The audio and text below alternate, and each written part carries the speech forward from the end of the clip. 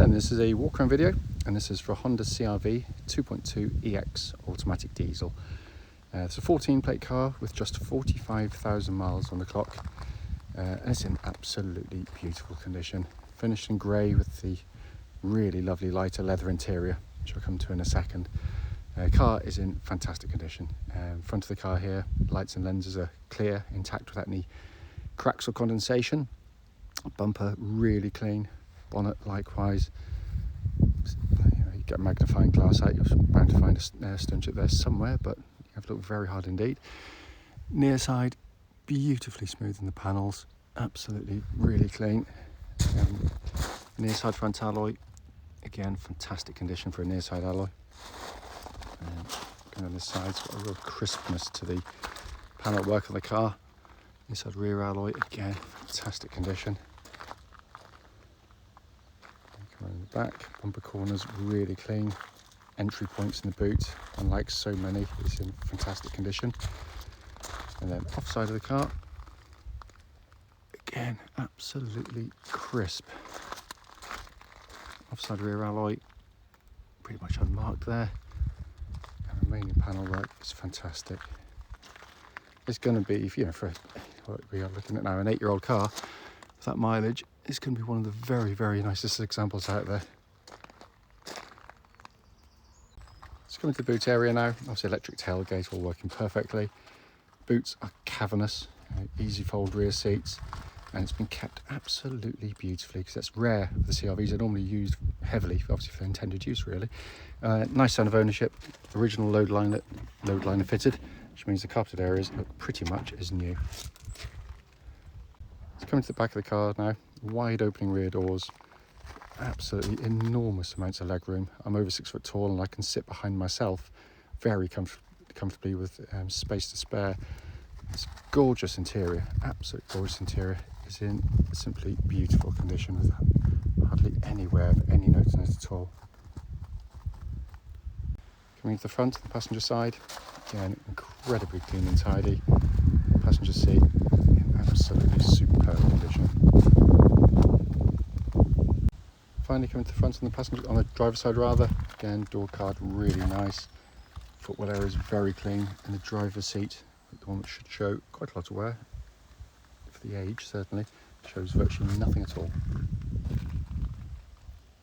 Inside the car now, engine's running as is always the case, so the dashboard can be seen illuminated. Dashboard is in beautiful condition, it's absolutely pristine. Sat nav, as you can see, working perfectly.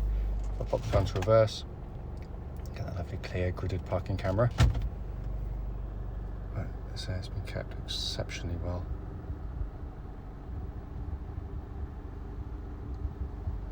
Up to the main dash binnacle here, and hopefully you can see 45,854 miles.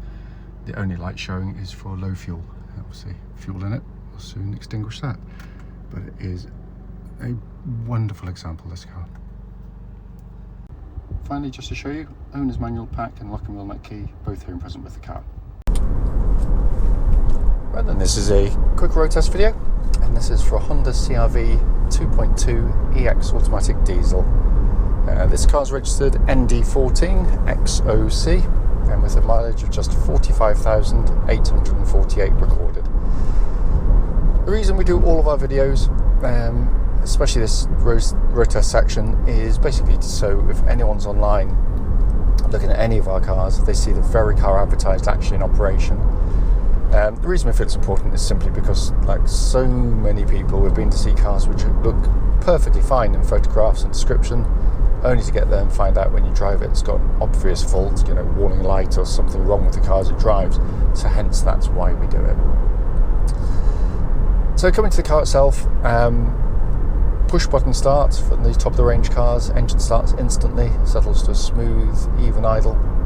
No warning lights on the dashboard at all relating to the engine or any other part of the car, and temperature gauge is running at a third. It's been running for over an hour now because it's just been delivered to us. The engines are utterly superb diesel engines. It's a very smooth, civilised engine, especially when cruising. It's got a really lovely natural torque to it with the capacity of the engine. Some engines, or particularly small capacity ones, can make you feel they're quicker than they are, but they kind of drop off very quickly at certain revs. This just keeps pulling from very low revs all the way to around to the sort of the upper revs, and it's sort of towards the red line. And they're brilliant tow cars. I've always used, not always, a complete lie, I prefer to use, I should say, one of these. My last one was I tow a caravan, and these just tow absolutely brilliantly, and the engine's at the heart of that. It's just a lovely unit. They're cam chain driven as well, so there's no cam belts to worry about on them, so no massive service ever looming on the vehicles. Gearbox, good old-fashioned gearbox in the car, nice, simple, incredibly tough and durable gearbox in the car. Actually originated from the old Honda Legend, because they didn't actually have an automatic at the time when they developed the diesel. So basically it's engineering overkill. It's designed for over 300 horsepower, so it's only putting out half of that, but the torque is akin to what they would have offered, so they use that, and it does a mighty fine job. The gear changes are lovely and smooth. Like all cars, you should check that on test drive that the gear changes are indeed smooth as they are, but also there shouldn't be any kind of great thuds or clunks as you engage drive or reverse, and there's again absolutely nothing at all. Steering on the car, track's absolutely dead straight. There's no vibrations at this speed or any speed up to the legal limit, and it's a really, really good power steering system on the car.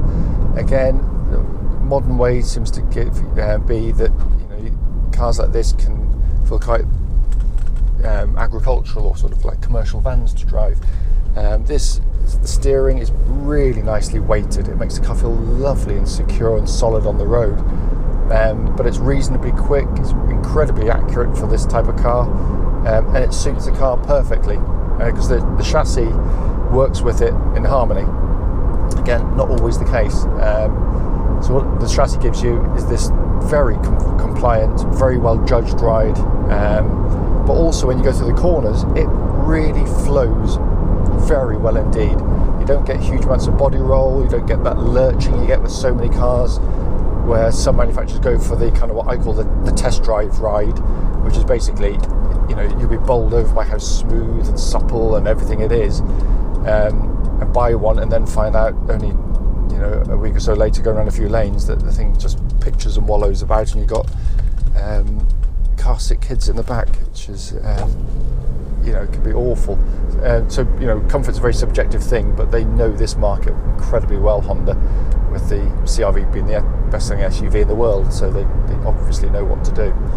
There's also no noises coming from underneath the car, no rattles, no clonks, nothing at all. The car feels ridiculously solid and tight on the road. Brakes, I'm going to give the car a good shove on the brakes. Oh, they are very good. Lovely brake pedal, pulls immediately hard. What I'm looking for actually, it's going to brake all the way to zero, no issues, is that initial bite. There shouldn't be any kind of pulsing or vibrations coming back through the brake pedal, and there's absolutely nothing at all. The fuel light just pinged on. Finally, coming inside the car, the first thing you notice pretty much with every CR-V is the build quality. They are beautifully put together cars. No squeaks or rattles. It just feels absolutely solid as a rock when you drive the car. And I also love this interior. It's not for everybody, I completely get that, but the advantages to me are, in the height of summer and depths of winter, really, it adds a natural lightness to the interior of the car. All black can be slightly oppressive, especially on dark, gloomy days. This one, especially with the glass panoramic roof, just brightens the mood inside. It's lovely. But also on those blisteringly hot summer days, you don't get the heat inside the car that you get with the black leather, and you don't burn your legs when you get in and out of them either. So it's really nice, and the colour combination works brilliantly. And sometimes the videos and the pictures don't do it justice, in all honesty, because it's really tastefully done. And in terms of practicality, I've always done the same thing, because people worry about spilling things or marking them. Well, golden rule is just have two things in the car. Have some wet wipes and a dry cloth.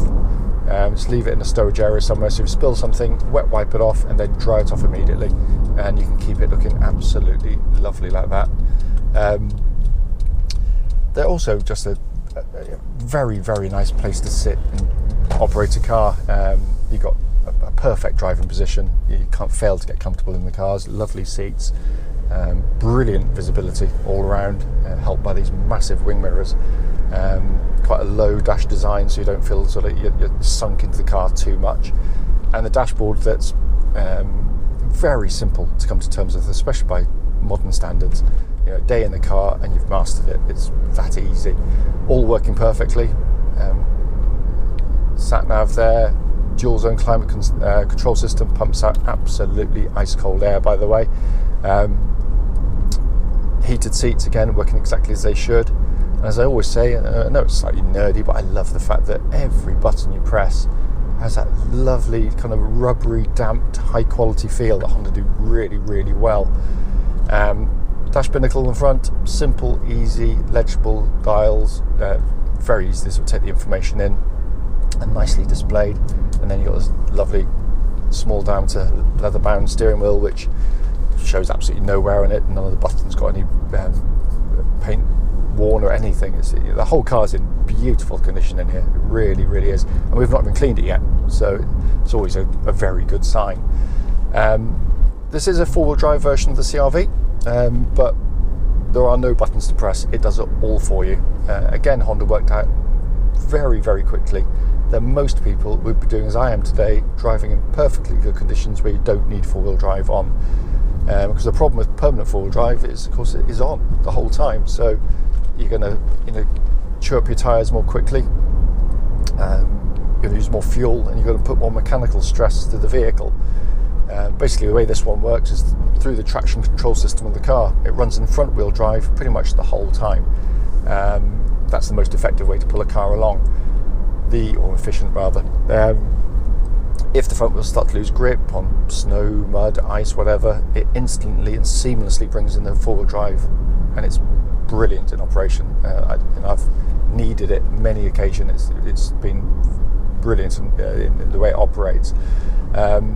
Also, its lack of use gives it its inherent reliability as well. We've been selling Hondas now for nearly 30 years using this system, and never so much as put a spanner on one of them in terms of the four-wheel drive system, so it is particularly robust. As I said at the start of the video, it's only brief and just show you the car operating. There's no issues. It drives absolutely beautifully. As always though, if you've got any questions about the car, don't hesitate to give us a call.